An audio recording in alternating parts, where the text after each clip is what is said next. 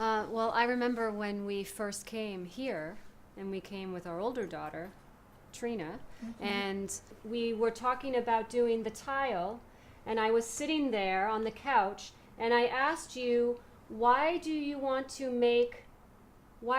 us to make your designs in tile? What would you like us to do with it? And you said, I want to make a lot of tiles, mass industry. That's what I want, to make a lot of them to cover the walls. I remember that. Mass production, that's what you said, mass production. That's great. That's great. Designer for industry. Design That's right. for industry, yeah. If you had a choice of doing a very small production or a mass production, which would you prefer? When we all decided that we wanted to work together and that it was going to be a good match for Trikeenan to help Eva bring her designs into tile alive, we had to figure out how to take the three-dimensional that was, really a fully three-dimensional, a wall divider that you could turn around and look from both sides and flatten it out to put on the wall. But we didn't want to flatten it right out and lose everything about it. We had to keep some three-dimensionality to it. We knew that we wanted to have a wall that people would want to walk up to and touch. Once we knew what we were making, then you started to be able to work with Eva making the prototypes for these. And that's where you took over a little bit. Didn't you make some actual clay samples? Or once you had the ramifications. We did. Eva and I sat on the couch and made this out of plasticine to make sure that it wasn't just flattened but actually adapted, so it still was the curvy, beautiful shape that the original wall divider was. And I think it's pretty successful because it still has those, especially with this Because the lustery original glaze piece, on it. So you see, this is just so deep. And these were meant to be totally three-dimensional Right. and build up into a wall. Right, and A so another transparent piece wall. would go here or on top, but it's so thick, we couldn't mount that on a wall. We couldn't even, a lot of times, Stephen can take a piece and slice it in half, and we can pour a cast, but we couldn't do that with this either because it would just be too much, too heavy for tile. Oh, just beautiful So- how it turned out. And So- show the empty in the back. Right, and to make it light in the back, and obviously just thin, flatten the whole thing down, but not lose the curvy, lovely shape that Eva loves so much. Gosh, the X's. Yeah. How do they go together? They go together. Yeah, They can go together like this.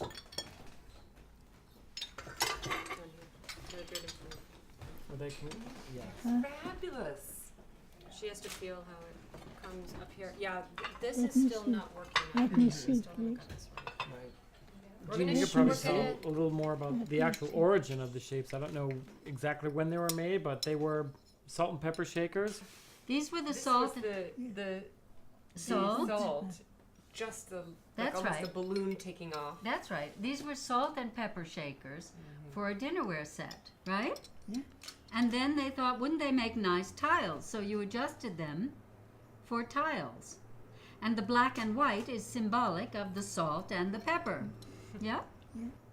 We just thought they were really sweet shapes.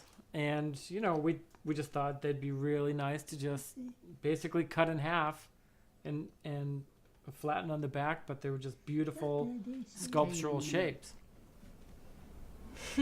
Exactly. It's from this guy. And Trikeenan had an idea to use your bird imagery, which you get a lot of bird. Eva and I work out this shape, and this is about the 8th go round of a bird shape. There were, if I just attempt a bird shape, it to look like Eva's, it won't look like quite right. It has to have the constant back and forth with Eva to get it right. And once she's happy with all of the details of it, then we'll turn it into the three-dimensional model, go back and forth with that where she can, make sure all the curves are correct. and then what we'll do is flip that around so we can have the two of them kissing. But it's important, to get all these, the kind of cute beak and tail and the things that make it so sweet and touchable. We work side by side together, passing it back and forth and making sure that all of these little things are right. And I'm molding it out of plasticine with a tool, and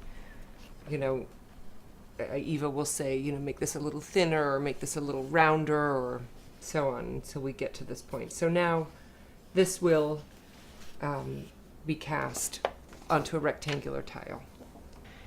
Now I'm going to give this to Trikeenan, and they'll make their mold from it or with it. And we may have to, look at that and then make sure those curves are correct. Doesn't that feel good? The rubber, the model. Is this the model or the mold or the part? So what you give me, I make a Here, look, Mom. negative. This is the mold. The negative of the belly button. It's an Audi. This is so great because you were able to use the existing one from the 50s, and it just looks so good. What I would get from Eva and Olivia would be the actual piece, and then I would cast a case mold, and out of that I would get a rubber positive, and that's what I can make a production mold out of to really start. Really, in this case, we started to make a prototype. So this is what we made the prototypes out of. So when I get the bird, what I'll do is cast a rubber case mold and then make a rubber bird and then put those on tiles, and then we can make production molds from there. Once we make the rubbers and we're able to make prototypes, that's when the fun begins and you're actually starting to make ceramic, and you can play with how the designs start to work, and you can think about colors and try different glazing techniques and really how the line's going to start coming together. Really, as a sum of its parts, it becomes more. It's not just the shapes, but you're thinking about how does this become a whole tile line where you could actually think about the installation of a piece in a bathroom or in a living room or anywhere. So that's really the next step. This step is really nice because we get to show Eva really what the concept was when we all got together and how we're going to turn this into a tile line that people can really use, that is adapted from pieces that had other uses. So in some ways it's recycling Eva's designs to have a new life. And it's really been a fun process to see how that's starting to come alive.